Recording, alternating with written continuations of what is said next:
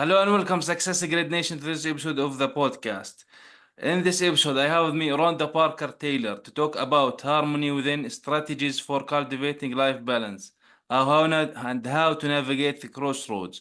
Rhonda is an American writer, entrepreneur, and academic researcher. Her debut novel, Crossroads, has hit the Amazon bestseller list as well as gained endorsements from Golden Globe nominated actress and author Mariel Hemingway. Rhonda, I am excited that you are with me on this episode of the podcast. Welcome. Thank you. Thank you for having me. And I really am looking forward to a great conversation. Life balance is one of my passions. I think it's so important, especially when you're working on multiple projects in your life. It's just so hard to stay focused and keep your life balanced if you don't have a daily practice of it. Thank you. And I'm glad to be here. Awesome. So, first of all, can you give us your definition and what do you think other people have certain misconceptions around what success is?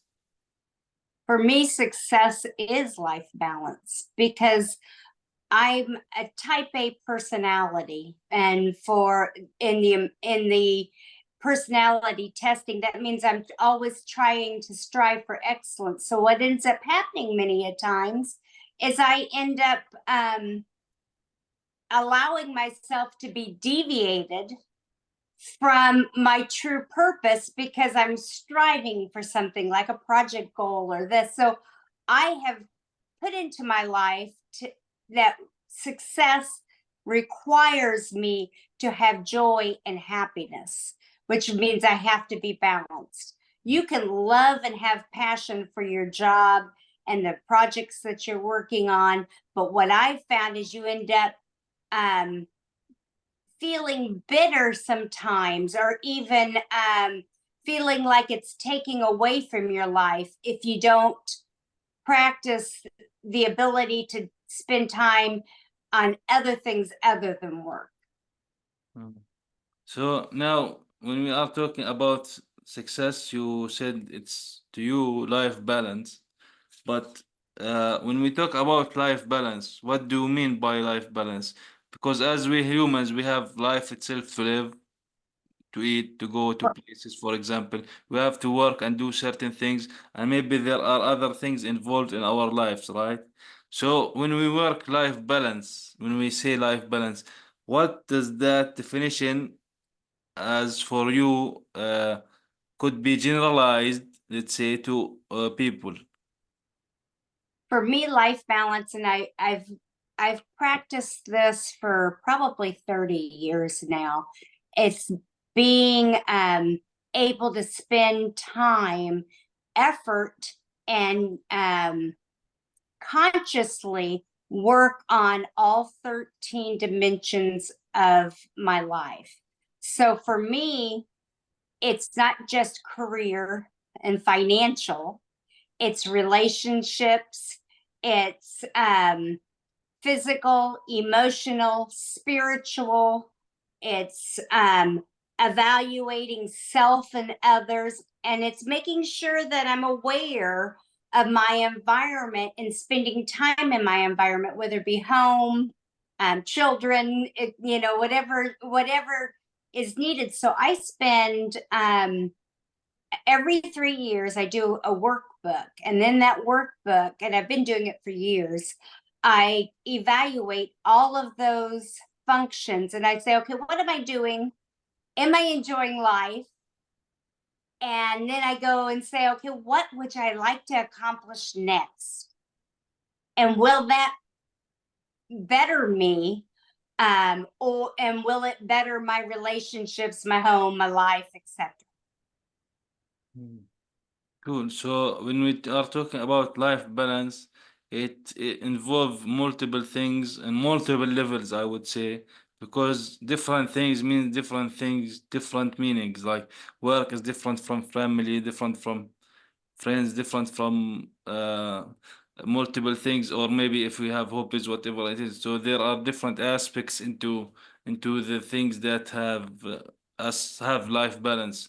But in your experience, for example, are there, I'm sure there are many challenges for us as humans have life balance. So, what do you think is the most common ones that are allowing people not to have or to reach a place of, let's say, peace and serenity and harmony within their life?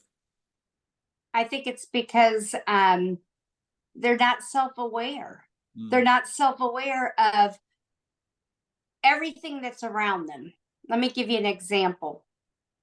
I say I'm a type A personality that strives for excellence, and work is a very big part of my life. I'm from the Midwest of the United States, which is the manufacturing belt. So when you're raised as a little kid, you're working. You have your chores. You have, whether you're in the farm communities or in the manufacturing communities. So when you have a core value, it could be, some people are not balanced because they spend too much time with family, even, so it can be anything. When you're not balanced, you're not aware of other aspects. So I build in to my life things that require me not only just to focus on that work aspect, my core value, but also on, for instance, my home. When I get up, I have a kind of a ritual that I do. I have to spend time in meditation. I have to spend time with my physical well-being, my spiritual well-being. And then when I open up the blinds, I have to spend a time in a moment in looking at everything that's out there. Because if I'm not enjoying my own home, when I get to work, what am I going to desire? I'm going to be desiring to be home. I'm going to wonder what I've missed, or maybe I won't even notice that a tree fell outside of my home and it needs to be removed, and there's another duty out there. So by setting a certain expectation of self, you find joy. So if you have a chair that you spent a lot of money, or china, or whatever it might be that you thought would bring joy, that you would bring for special people, you're special too. And you have to make sure, did you enjoy sitting in that chair? Did you use the china one day? Or let's say you have a business meeting and it's going to take you away from your family. Have you spent the time to nurture that relationship so they don't feel lonely and left out of your world? So it's really actively pursuing happiness in every aspect of your life and accepting your life. Yeah, there's something you mentioned there that's very important, accepting your life. And you mentioned also self-aware, and also I would add also intentional choices to that. So these things, to have a balanced life, to me seems to for us to have being aware and intentional. But the issue is, and I'm sure maybe you have seen, that usually we are living a day by day looking for, let's say, the next paycheck or something like that. So, Mm-hmm. so what do you think for us to be the solution, to be self-aware of everything that we do, so we can even enjoy these small moments of sitting in the chair, looking at the ceiling, having a 5 minute meditation, or looking at the sky, how huge it is, the galaxies, and this kind, and appreciating the life that we are actually living now. Well, I first would say you have to practice positivity. It's a decision. It's very easy. Like, let's take, for instance, the pandemic. That changed our whole world, right? Everywhere. The whole world had to change. We had to be locked down, and people were arguing, do we lock them down? Do we let them loose? What are we going to do here? After we got through part of that, I thought, it's been a while. I need to do this workbook that I always practice and preach to everybody, right? So I did it again, And one of the very first exercises, identifying what you're doing right now. And I would have said, oh, I'm the most balanced person in the world. I do 33% in my home. I do 33% in my, my leisure, and I do 33% and in my work life. But then when I sat down and did it, the items that I was doing weren't the ones that brought me full potential joy.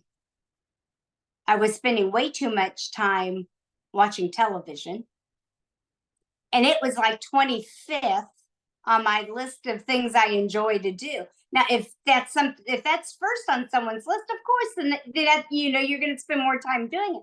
But it was 25th on mine. Instead, I was, I needed to look at other things that I enjoy. I enjoy writing. I enjoy reading. I enjoy being outdoors. I love nature. But because we'd been locked down, I was spending less time doing those things. But one positive thing that came out of it is I started practicing spending more time at home by myself with my family. We weren't eating out as much. Now we were ordering in food too much. DoorDash was my friend, which is a delivery service here in the United States. And so I had to make some changes. I love to cook. One of my love languages as a human is serving and cooking and bringing people together, rather than having someone in a restaurant serve and do for me. So I had to really say, okay, first my health has to take priority. I need to eat better. Eating out has a lot of, not only it has fats, it has calories, it's got a lot of carbs, and so I had to say, okay, let's step back, redefine the goals of making happiness in this balanced area. Was I spending enough time with family, spirituality, all the major areas of our lives? And then I set 1 year, 3 year, 5 year goals for each one of those. So travel is one of them. But you can't always be traveling. So I picked places that were close and places that were far away. And then I invented my world that I wanted to see for the next 5 years. So it is all about our choices. Like Yeah. with Yes. this mind, we should have a certain mindset of moving from maybe negative thoughts to positive thoughts, having certain decision making that is uh, propelling us forward, not keeping us in the same place of like it is life. Like it's not like 33% of work, 33% of living, 33% of leisure. So it could be different percentages because you actually cannot, I don't know, maybe someone can calculate exactly how what are the percentages that they work, but generally speaking it's about the decisions and the moments that you make into your own life. These things make harmony in it, and these decisions that we make and the places, or let's say the transitions that we make to do certain things or instead of other things, is the things that should make us happier. Like for example, you mentioned a few, like for example also giving to others, which is, I think I read like an article, I think that was one of the things that made people happy is the most is to actually give. So or like be a part of like a charity event, a volunteering event. So these type of things are very important to nurture body, soul, and spirit, I would say. So all of these things would have us in a way to have this harmony in our lives, integrating multiple things in multiple places, doing multiple things, and have this life of different things that have us feel balanced in our life. So this is very important. And you also wrote Crossroads, which is your book. and it was endorsed by Mariel Hemingway. So is Mariel Hemingway like a granddaughter of Ernest Hemingway? Yes, she is. So it's one of the biggest thrills, and thank you for bringing it up in my life because I'm from a very small community, and to think that someone with that kind of literature background and that kind of clout really would recognize my work was a thrill. And I suggest that if anybody has a desire to write a novel, they should do it. But yes, Crossroads, and it fits also the topic of your um, podcast because it's all of, even though it's a fiction suspense, it's from the year 1982, Indianapolis. So I picked a location that I was familiar with, and it's about a everybody in the book has balanced family issues, whether it be because they're a workaholic or whether it be because they have loyalty to or misloyalty to the wrong people, or whether they're in the legal system, and so that they're imbalanced because of that, because it's a crime thriller, and it addresses what happens when you're imbalanced in your life. And the one reason why Meryl Hemingway, I think, liked it is because if you know anything about her life, she's had a very charmed life. You know, as far as she was a Golden Globe and Academy winning actress. Her granddad is Ernest Hemingway, the famous author. Her sister was a one of the top paying models in the industry, but all of them had in balancing issues in their lives, and it caused mental health issues. And so she, when she read the book and she decided that it could be, she wanted it as part of her book club. She said, you know, we all reach a crossroads when we have to decide, you know, what's really important in our lives. And the last comment she made, because she did a YouTube and it's out there, it's called Meryl Hemingway praises Rhonda Parker Taylor's Crossroads. She said, even chocolate has an expiration date.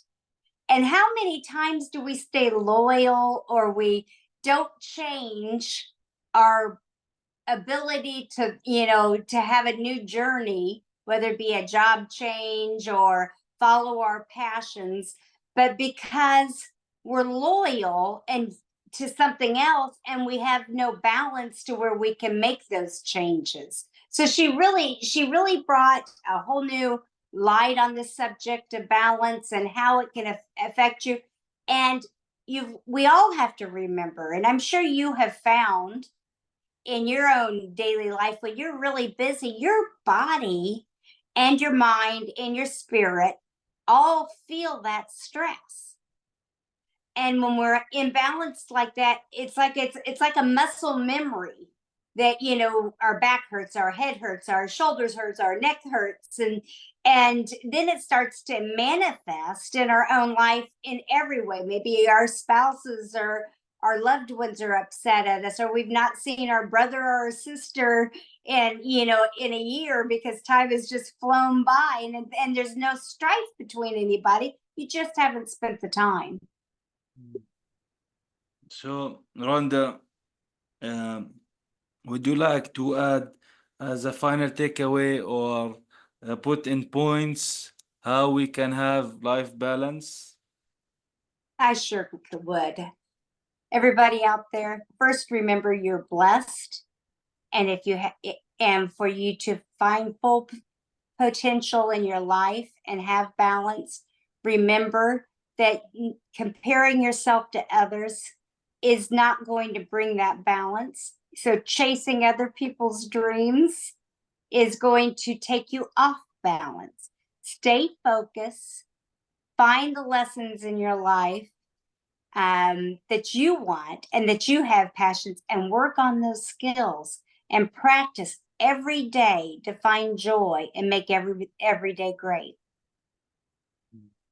Definitely. We live by the moments, and this is why we usually, I guess, we recall the good moments and the bad moments because we are humans of moments, I would say. So this is Mhm. very important to have that and to try to make our decisions making process a better one, to be more self-aware and to be more intentional in our lives, because living with no intentions is will not have us a balanced life. So Rhonda, where can people learn more about you and so on, and they can get in touch with you? Sure, they can go to my website. It's Rhonda Parker Taylor. Rhonda is spelled with an H. .com. All of my social media is the same. Just shoot me a message or follow, and I'll be glad to respond and engage with you. And just remember that we are what we make. If we want to grow and bloom ourselves, we must also give to others so that they can grow and bloom. And when we do that, we will find not only happiness in our lives, but we'll find that we're more engaged and feel more fulfillment. Definitely, definitely. It's part of us sharing with other people whatever it is that we can share. And the most important thing we can share with others is our time. So, so this is very That's right. Exactly. Self-care for self and others, right? definitely. Well, thank you very much, Rhonda, for being with me on this episode of the Success Secret podcast. Very Thank insightful information. Thank you. Thank you, and everybody have a great day.